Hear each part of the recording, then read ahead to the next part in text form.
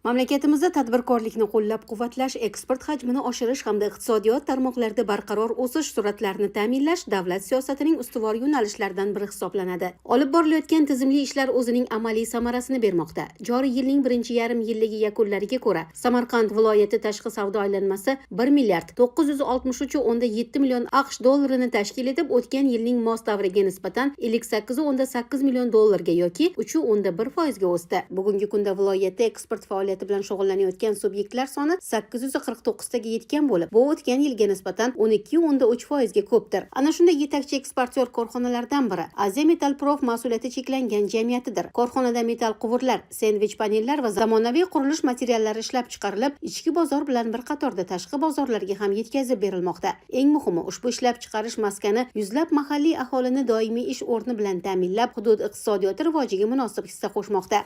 Bizning Aziya Metal Prof O'zbekiston-Xitoy qo'shma korxonamiz bugungi kunda temir mahsulotlarini ishlab chiqarish bilan shug'ullanadi. Jami maydonimiz 160 gektardan ziyodroq maydonda joylashgan bo'lib, bugungi kunda 2000 ga yaqin ishchilarni ish bilan ta'minlab kelmoqdamiz. Eksport qilish uchun yaratiladigan bojxona tomonidan yangi tizim o'rnatilgan tizimlar biz eksportyorlar uchun juda katta qulayliklarga olib kelyapti. Bugungi kunda bojxona organlarida amalga oshirilayotgan raqamlashtirish islohotlarining samarasini biz tadbirkorlar o'z faoliyatimizda yaqqol his qilmoqdamiz. Bojxona tizimida raqamli bojxona tamoyilining keng joriy qilinishi natijasida rasmiylashtirish jarayonlari ancha soddalashdi, vaqt tejalmoqda va xizmatlar sifati ancha darajada oshdi. Ayniqsa eksport 3 qadamda tizimining joriy etilishi eksport jarayonlarini yanada yengillashtirdi, soddalashtirdi.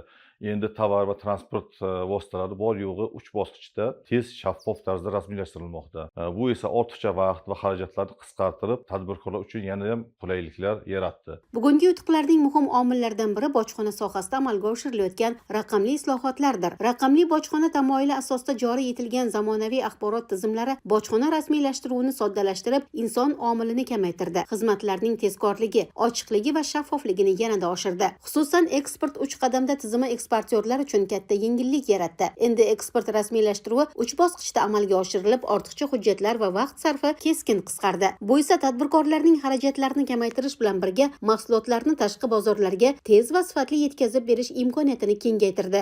Prezidentimizning joriy yilning 21-iyul kuni o'tkazilgan videoselektor yig'ilishida eksport salohiyatini oshirish, shuningdek iqtisodiy sohani tarmoqlar kesimida rivojlantirish maqsadida aniq vazifalar belgilab berildi. Ushbu topshiriqlarning ijrosini ta'minlash maqsadida Samarqand viloyati bojxona boshqarmasi mas'ul xodimlari tomonidan joylarga chiqib, tadbirkorlik subyektlarining eksport sohasidagi muammolar o'rganilib, joyda bartaraf qilish choralari ko'rib kelinmoqda. Bugungi kunda eksport salohiyatini oshirish maqsadida eksport 3 qadam modeli asosida 3 bosqichda amalga oshirilmoqda. Oldinlari ushbu 9 bosqichda amalga oshirilar edi. Bu esa tadbirkorlarning vaqtini, mablag'ini tejashga xizmat qilmoqda. Ushbu tizimdan Aziya Metal Prof korxonasi samarali foydalanib kelmoqda. Raqamli xizmatlarning afzalliklarini tadbirkorlar ham alohida e'tirof etmoqda. Aziya Metal Prof korxonasi vakillarining ta'kidlashicha, joriy yilning birinchi yarim yilligida umumiy og'irligi 175,5 ming tonna, qiymati 231,5 million AQSh dollariga teng temir va qurilish mahsulotlari eksport qilingan. Rossiya, Belarus, Qozog'iston hamda MDH davlatlariga amalga oshirilgan eksport natijasida korxonaning tashqi savdo hajmi o'tgan yilga nisbatan 46% ga oshgan. Bu esa raqamli bojxona tizimi tadbirkorlar uchun qanchalik samarali mexanizmga aylanganining yaqqol isbotidir.